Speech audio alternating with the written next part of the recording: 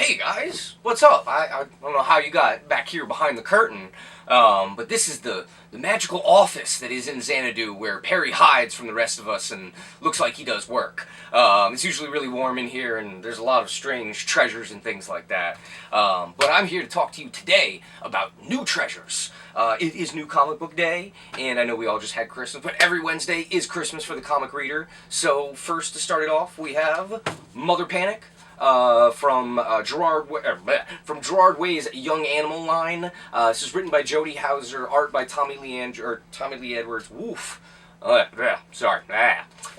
Lee Edwards, and this is probably the most different and kind of strange of the Young Animal books in that it apparently takes place it takes place in Gotham with a new character who's kind of reminiscent of Batwoman a little bit. She's a debutante who's tired of the, boring social high-rise life and decides to fight crime.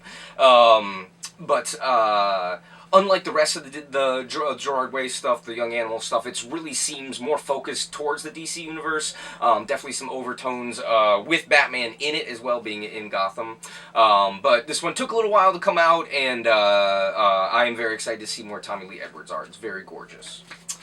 From Marvel, one of the many new #1s that are out this week, Raccoon. Everybody's favorite alien that is not a raccoon. I mean, seriously, this is worse than Lockjaw. Like, this poor dude, just, he's not a raccoon, but whatever. He's cute and fuzzy, and he has a big gun.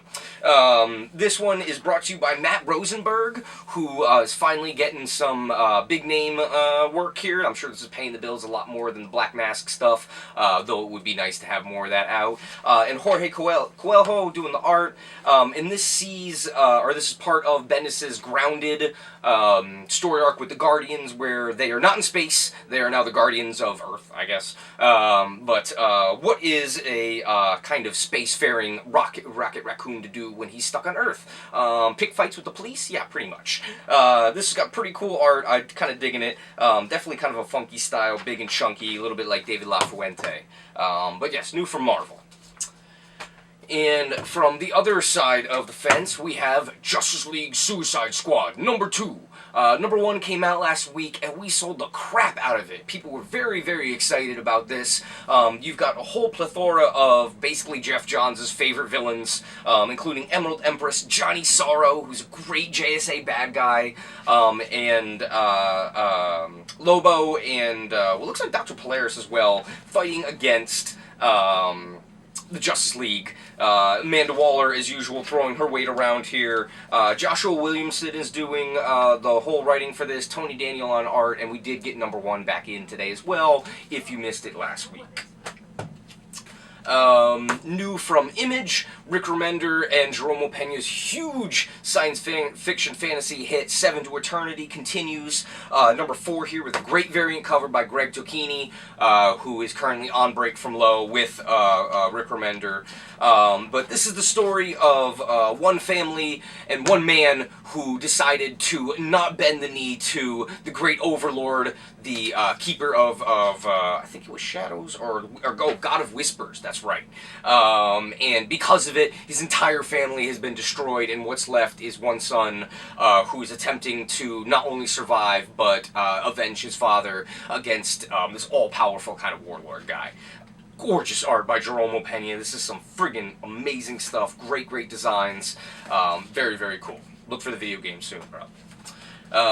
And huge one from Marvel here. Finally the end of the crossover that nobody thought was going to end. Civil War 2, Bendis, Marquez, and a whole host of other guest artists providing you with the final battle between Iron Man, Captain Marvel, Captain America, Miles Morales, Spider-Man, and a bunch of other superheroes as they duke it out here. What will come after? What giant wrath will they incur?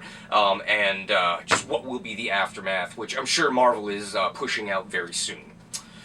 And final pick this week, very excited for this, G.I. Joe #1.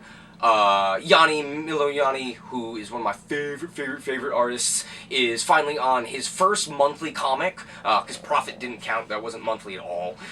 Written by Aubrey Sitterson, this is following the events of the G.I. Joe Revolution, which tied into the IDW Revolution crossover, which had the Transformers and the other Hasbro stuff, but now the crown jewel of the Hasbro universe continues with a brand new #1. Even if I'm not really into G.I. Joe, you know, whatever, I'll read it if there's a creator that I like, as Yanni, but this is just great, fast-paced action anime style, lots of cool gadgets. He gets to draw Transformers in this too, which is pretty cool, and if we can't have Transformers and G.I. Joe by Tom Scioli, I'll totally settle for this. So that was it this week, quick and short. As it is the holiday week, everybody is kind of off doing other things, but have a good new year, be safe, be sane, you know, don't cause any harm to other people, etc., etc. And come and get your comics this week, as it is not a skip week. There's actually a lot of really great stuff in addition to what I just mentioned. So yeah, thank you all for watching. Sorry that it's a day late, but, you know, better late than never. See you guys.